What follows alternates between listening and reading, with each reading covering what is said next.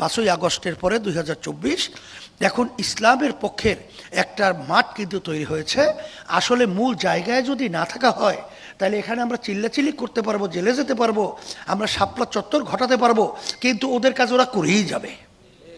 এর জন্য আলহামদুলিল্লাহ আমি সকল গুদার আহ্বান জানাবো, আসেন যে আজকে দুঃখ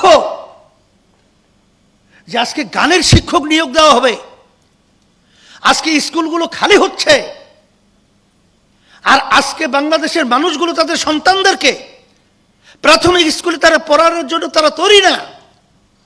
দিন আর দিন আমাদের বাড়ির সামনে প্রাইমারি স্কুল, ছাত্র নাই, ছাত্রী নাই, কোথায় যায়? এখন আপনারা বুঝেন না, বাংলাদেশের মানুষ কিন্তু ইসলামের পক্ষে মনের দিক থেকে, মানসিক দিক থেকে, সব দিক থেকে তৈরি হয়ে অপেক্ষায় আছে। আমরা যারা নেতৃত্ব দিচ্ছি, যদি আজকে আমরা তাদেরকে সঠিক পথে পরিচালনা করতে ব্যর্থ হই, ভবিষ্যৎ প্রজন্ম আমাদের যখন ইতিহাস রচনা করবে তখন আমাদের ব্যাপারে কলঙ্ক, ধিক্কার জানিয়ে ইতিহাস রচনা করবে। এই জন্য আমরা 53 বছর দেখেছি, বহু সরকারের পরিচালনা আমরা দেখেছি, আমরা মূল্যবোধের সরকার ইসলামের দেখেছি, কিন্তু আসলে তারা শরিয়া আইনে বিশ্বাসী না, এবং তারা ইসলামী পন্থা উত্থান তারা সহ্য করতে পারছে না, এবং তারা কিন্তু বাংলাদেশের ভিতরে মৌলবাদীদের অভয়ারণ এরা তারা সহ্য করতে পারছে না। আজকে আমাদের ভিতরে চিন্তার ব্যবধান থাকতে পারে, কিন্তু আমি পরিষ্কার বলবো, কখনোই পরগাছা হয়ে মূল গাছের ভূমিকা পালন করা যায় না। এখন কিন্তু গাছ হওয়ার মতো পরিবেশ তৈরি হয়েছে। আমি সকল গুদার আহ্বান জানাচ্ছি, আর বর্তমান অন্তর্বর্তীকালীন সরকারকে আমি পরিষ্কারভাবে বলবো, আপনারা কিন্তু বাংলাদেশের জনগণের ভোটে নির্বাচিত সরকারও নয়।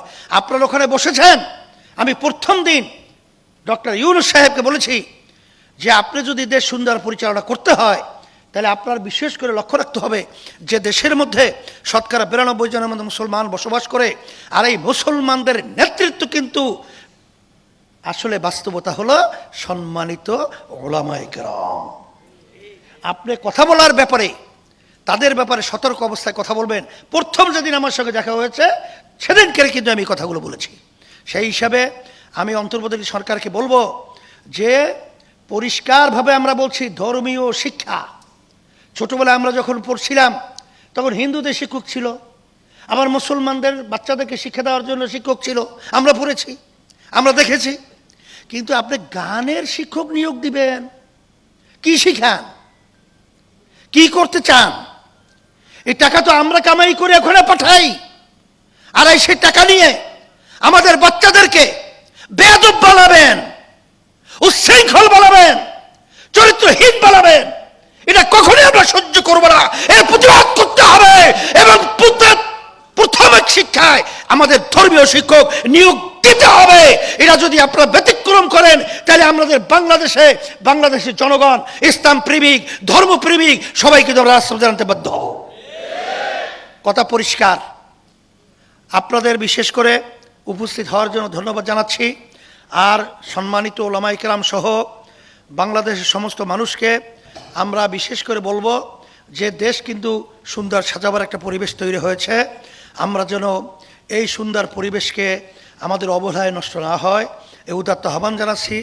সাংবাদিক বন্ধুদেরকে আমি বলবো যে আপনারা যেহেতু এই দেশে বসবাস করেন, এই দেশের সন্তান, আমরা যেন আর ফ্যাসিস্ট এবং চাঁদাবাজ এবং যারা নাকি বিদেশে পাচার করে লক্ষ লক্ষ মানুষদেরকে মিথ্যা কেসের মাধ্যমে তাদের সংসার বিলীন করে, এরা যেন আর ক্ষমতা আসতে না পারে। এইভাবে আপনাদের কলম, এইভাবে আপনাদের দায়িত্ব আপনাদের পালন করার জন্য আমি উদাত্ত আহ্বান জানাচ্ছি।